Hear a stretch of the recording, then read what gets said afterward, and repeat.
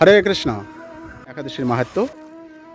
মহারাজ যুধিষ্ঠির বললেন, হে মধুসূদন, আশ্বিন মাসের কৃষ্ণপক্ষী একাদশীর কি নাম তা কৃপা করে বলুন। শ্রীকৃষ্ণ বললেন, হে রাজন, আশ্বিন মাসের একাদশী ইন্দ্রিয়া নামে পরিচিত। এই ব্রত প্রভাবে মহাপাপ বিনষ্ট হয়। এমনকি কর্মবিপাকে যারা নির্মোজনী লাভ করেছেন সেই পূর্বপুরুষদেরও উত্তম গতি লাভ হয়। এই একাদশীর মাহাত্ম্য শোনামাত্রই সাম্বেদীয় যজ্ঞ ফল প্রাপ্ত হওয়া যায়। হে রাজন, মাহেশমতি নগরে ইন্দ্রসেন নামে এক প্রসিদ্ধ রাজা ছিলেন। ধর্মবিধি অনুসারে রাজ্য পালনে তিনি বিশেষ খ্যাতিসম্পন্ন ছিলেন। তার বিপুল ধন সম্পত্তি ছিল।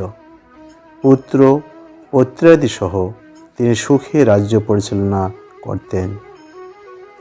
বিষ্ণু ভক্তিপরায়ণ সেই রাজা নিরন্তর শ্রী গোবিন্দর নাম গানে মগ্ন থাকতেন। একদিন রাজা সুখে রাজসভায় বসে আছেন।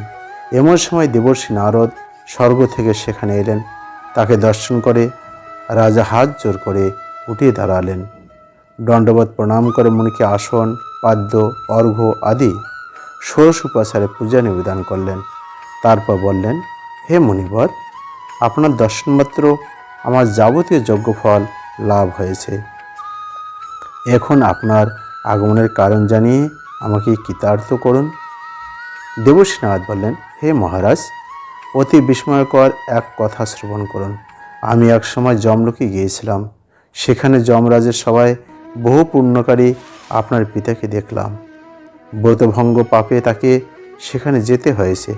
হে রাজন, আপনার পিতা যে সংবাদ প্রেরণ করছেন আমি এখন তা আপনাকে বলছি। তিনি বললেন, হে ঋষিবর, মাহেশমতির ইন্দ্রসেন রাজা আমার পুত্র।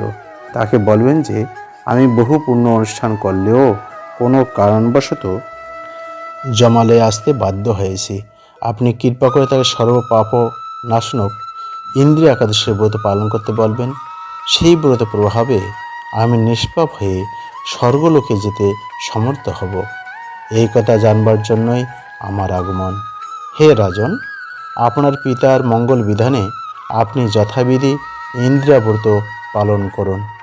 রাজা জিজ্ঞাসা করলেন, হে দেবর্ষি, সেই ইন্দ্রিয়াব্রতের বিধি কি?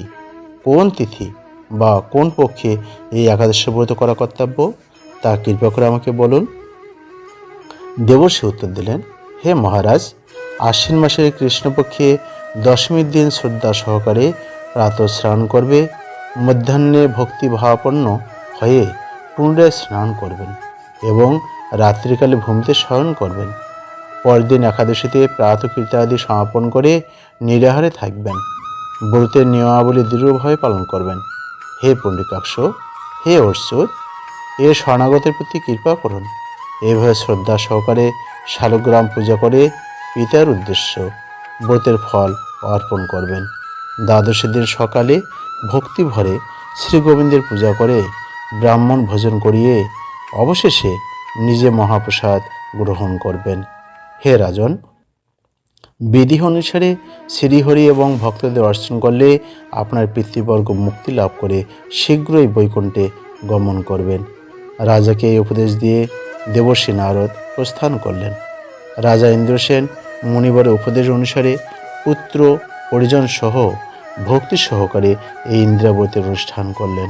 তখন দেবলোক থেকে পুষ্পবৃষ্টি হতে লাগলো এবং তার পিতাও বিষ্ণুলোকে গমন করলেন। তারপর রাজা ইন্দ্রসেন নিজ পুত্রকে রাজ্যভার অর্পণ করে নিজেও বিষ্ণুলোকে ফিরে গেলেন। এই ইন্দ্রিয় একাদশীর মাহাত্ম্য পাঠে ও শ্রবণে মানুষ সকল পাপ মুক্ত হয়ে বিষ্ণুলোক প্রাপ্ত হয়। হরে কৃষ্ণ।